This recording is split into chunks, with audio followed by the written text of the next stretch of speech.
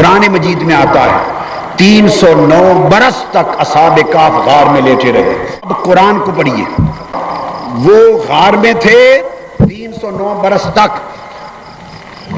اور کتا اس غار کے دروازے پر تھا. 3 صدیاں بیت گئیں. قرآن کہتا ہے وَتَرَى الشَّمْسَ إِذَا طَلَعَتْ تَزَاوَرُ عَنْ كَهْفِهِمْ ذَاتَ الْيَمِينِ وَإِذَا غَرَبَتْ تَقْرِضُهُمْ ذَاتَ الشِّمَالِ وَهُمْ فِي فَجْوَةٍ مِّنْهُ ذَلِكَ مِنْ آيَاتِ اللَّهِ مَنْ يَهْدِ اللَّهُ فَهُوَ الْمُهْتَدِ وَمَنْ يُضْلِلْ فَلَنْ تَجِدَ لَهُ وَلِيًّا مُرْشِدًا. قرآن کہتا ہے کہ 300 سال اصحاب کہف ولی اولیاء غار میں لیٹے رہے. غار کھلی تھی، مشرق اور مغرب کا دانا کھلا تھا، کھلے میدان کی طرح تھی. سورج چڑھتا تب بھی دھوپ آ سکتی تھی، غروب ہوتا تب بھی دھوپ آتی. ان کے جسموں کو موسم کی تبدیلی کے اعتبار سے تکلیف ہوتی، اور منشاء الہی یہ تھا کہ 300 سال لیٹے رہے. اللہ نے حکم دیا اے سورج اس غار میں میرے ولی لیٹے ہیں، جب تک میرے ولی لیٹے ہیں تو اپنا راستہ بدل لے. قرآن کہتا ہے وَتَرَى الشَّمْسَ، آپ دیکھتے ہیں تو سورج جب طلوع ہوتا اصحاب کہف کی غار پر آتا، تَزَاوَرُ عَنْ كَهْفِهِمْ ذَاتَ الْيَمِينِ، تو انہیں دھوپ سے بچانے کے لیے اپنا راستہ چھوڑ کر دائیں جانب جھک جاتا تھا. وَإِذَا غَرَبَتْ تَقْرِضُهُمْ ذَاتَ الشِّمَالِ، جب ڈوبنے کو آتا انہیں دھوپ سے بچانے کے لیے راستہ چھوڑ کر بائیں جانب جھک جاتا. اے اہل یمن، اے اہل بارکس، اے اہل حیدرآباد، ایک نقطے کو ذہن نشین کر لو، سورج کے راستے مقرر ہیں، یہ اللہ کی تقدیر ہے، یہ اللہ کی. سورہ یاسین کو پڑھیے، قرآن کہتا ہے وَالشَّمْسُ تَجْرِي لِمُسْتَقَرٍّ لَهَا ذَلِكَ تَقْدِيرُ الْعَزِيزِ الْعَلِيمِ، کہ سورج اللہ کے مقرر کیے ہوئے راستے پر چلتا ہے. وَذَلِكَ تَقْدِيرُ الْعَزِيزِ الْعَلِيمِ، یہ اللہ کی تقدیر ہے. سورج کے راستے کیا ہیں؟ اللہ کی تقدیر ہے. تو سورج کا مقرر راستے پر چلنا خدا کی تقدیر ہے، اور ولیوں کی خاطر 300 سال تک رب نے اپنی تقدیر بدل دی. جب طلوع ہوتا راستہ چھوڑ کے دائیں جانب ہٹ جاتا، غروب ہوتا تو راستہ چھوڑ کر بائیں جانب جھک جاتا. یہاں ایک قول بعض علماء نے کیا، اس کی وضاحت کر دوں. بعض کہتے ہیں نہیں، وہ سورج کا راستہ ہی ایسے تھا کہ جب طلوع ہوتا تو وہ دائیں جانب سے گزر جاتا تھا، ان پہ خود بخود قدرتی طور پہ دھوپ نہ پڑتی، اور غروب ہوتا تو اس کا راستہ ہی یہ تھا کہ بائیں جانب سے گزر جاتا، دھوپ نہ پڑتی. یہ قول درست نہیں ہے، یہ قول درست اور قرآن کے سیاق و سباق سے مطابقت نہیں رکھتا. اجلہ مفسرین نے بیان کیا، مگر میں اس کی حکمت قرآن سے دیتا ہوں.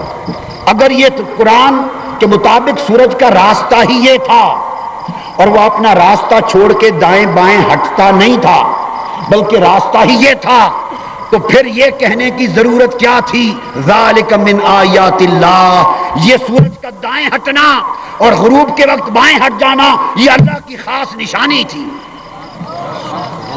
اگر اپنی تقدیر پر چلتا تھا تو آیت اللہ کیسے ہو گئی؟ ارے آیت اللہ تب بنتی ہے کہ عادت کچھ اور ہو اور قدرت الہیہ سے تبدیلی آ جائے، وہ ولیوں کے لیے اللہ کی آیت بن جاتی ہے. ذالک من آیات اللہ سے پتہ چلتا ہے کہ یہ راستہ نہ تھا، ولیوں کے اکرام میں رب نے حکم دیا اور سورج 300 سال تک اپنا راستہ بدل کے گزرتا رہا. پھر کیا ہوا؟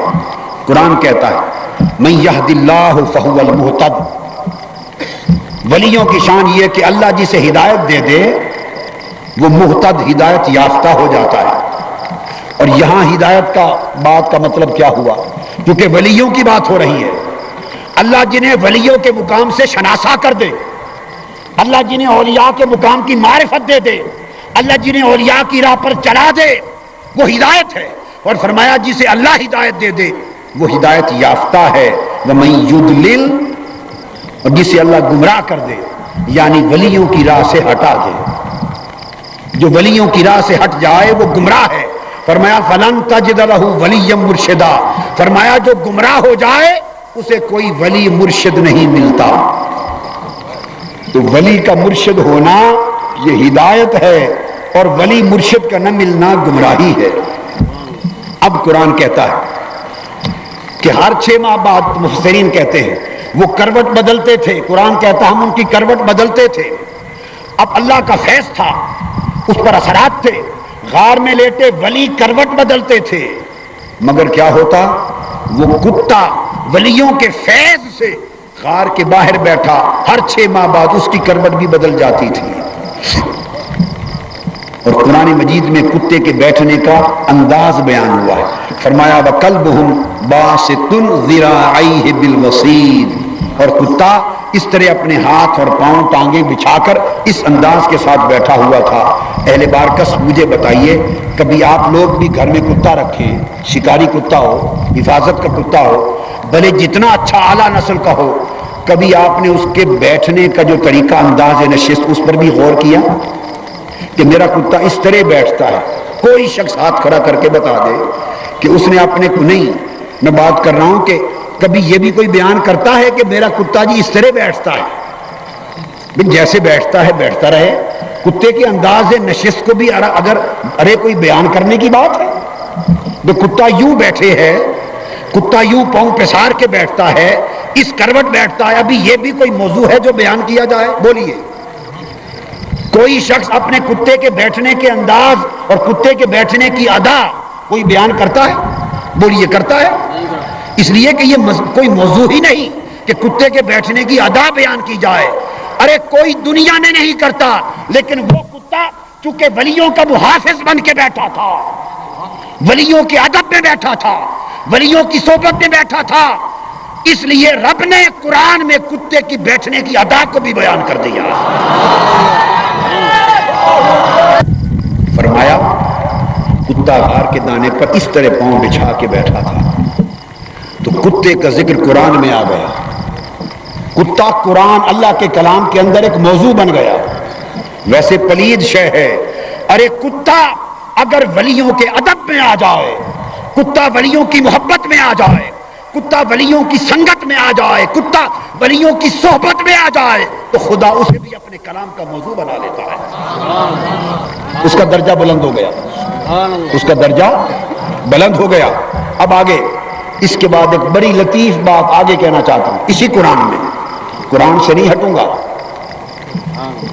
آگے اللہ پاک نے فرمایا بتانے کے لیے کہ تمہیں معلوم ہے کہ یہ اصحاب کہف، یہ ولی، ان کی تعداد کیا تھی؟ اب اللہ نے ولیوں کی تعداد بیان کی کہ اصحاب کہف کتنے تھے۔ ارشاد فرمایا اللہ پاک نے سیقولون ثلاثۃ، کچھ لوگ کہتے ہیں اور کہیں گے کہ 3 تھے۔ اصحاب کہف کتنے تھے؟ اب ان کے عدد کی بات ہو رہی ہے قرآن میں۔ اللہ فرماتا ہے کچھ کہیں گے کہ وہ 3 تھے۔ اب قرآن پڑھیے، اور رب کہتا ہے ان کے قول کے ساتھ رابعہم کلبہم، اگر وہ 3 تھے تو چوتھا ان کا کتا تھا۔ اگر آپ کی کوئی دعوت کرے، آپ کی کوئی دعوت کرے، 3-4 آدمی 7 آدمیوں کو بلائے اور آپ دعوت پر بیٹھ جائیں، تو کوئی آپ سے پوچھے بھی آپ کتنے لوگ آئے ہیں، تو 3 ہوں اگر آپ، تو کوئی کہتا ہے اس طرح کہ جی 3 ہم ہیں چوتھا ہمارا کتا ہے؟ بولیے، کوئی کہتا ہے؟ جی 5 ہم ہیں چھٹا ہمارا کتا ہے۔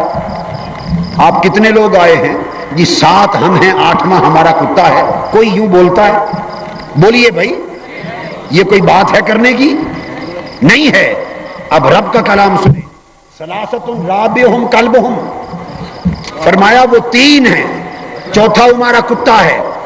پھر فرمایا کچھ کہتے ہیں خمسۃ سادسہم کلبہم، کچھ کہتے ہیں وہ 5 ہیں، چھٹا ان کا کتا ہمارا، ان کا کتا ہے۔